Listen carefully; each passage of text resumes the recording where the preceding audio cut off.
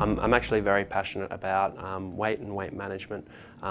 It's definitely something having in terms of improper body composition, whether or not you're carrying excess fat or something like that. It's definitely something that's a driver towards long-term metabolic disease, increases risk of cardiovascular disease, increases risk of diabetes, stroke, all those sort of metabolic issues. So I'm very passionate about figuring out ways in which we can actually get a person to actually reduce their fat mass. And it actually gets more complicated. Back in sort of like the 90s and the early 2000s, it was very much calories in, calories out. The best way to sort of get someone to lose weight is just drop their calories as much as possible.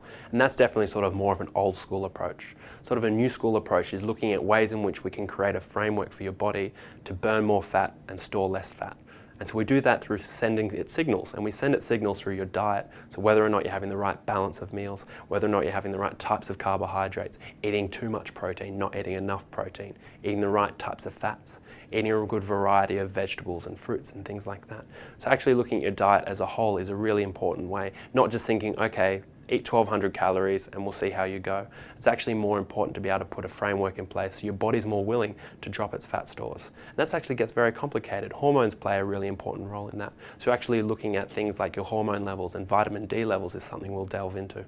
Other areas of interest that I'm very passionate about is definitely sports nutrition. Myself, I have a sports background, and then also I studied exercise and sports science for my bachelor. So in terms of that, having a look at creating a platform for your body to adapt to the stress of training and be able to recover.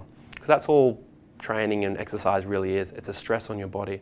And what diet and what recovering well and what supplementation does, it allows your body to adapt to that stress. So actually looking at ways in which we can do that. So that doesn't just look at in terms of your macronutrients, protein, fat, carbohydrates. It also looks at things like making sure you're having enough veggies, enough fruit, making sure you're eating gut health foods. There's now such a clear link between our gut and our long-term health and well-being, but also our gut and its ability to reduce inflammation and recover quickly from exercise. So if you're someone who's sort of like struggling to train and struggling to recover from exercise, or you're trying to push yourself to the next level, there's so much more to it than just counting calories or counting macronutrients. It's something I'm very passionate about because it is the it is the frontier of sort of sports nutrition. It's definitely something we don't necessarily see athletes as machines anymore, where you put something in and you get something out, understanding that they're actually creatures and they're biological sort of human beings, and so we need to treat them as such is really important.